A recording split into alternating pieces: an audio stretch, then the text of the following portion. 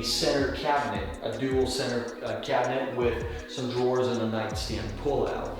And so these are twin XLs, and twin XL is a twin size bed, just the length of it is the same size as a queen. So it works really well for somebody that's taller or older, not quite as kids. And actually I recommend that to my clients a little bit more, just because their kids can grow into that instead of realizing it 4 or 5 years down the road, my child's not fitting because he's so tall.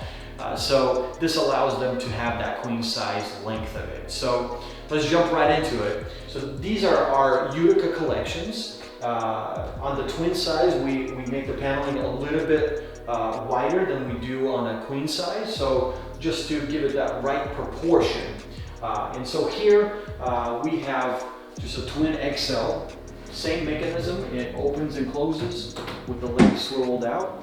In these two beds, our customer purchased the memory foam from Nectar, and they're really comfortable mattresses, and you can go with any mattress up to 12 inches on any of our collections. Whether it's a memory foam, whether it's just a traditional spring mattress, the weight really doesn't affect the mechanism, or it doesn't affect how the bed works. We just add or subtract springs to make sure that it opens and closes really nice and easy. Along with our 2 Murphy beds in this room, we also did 2 side-by-side cabinets. This will allow our client to have enough room to put some of the things in the drawers, along with the nightstand pull-out, where they're able to set some things if they're sleeping, charging the phone, or whatnot. Along with the cabinets, we also installed a dual USB docking station to charge your phones, and we did that in both of the cabinets. Everybody, thank you for sticking around.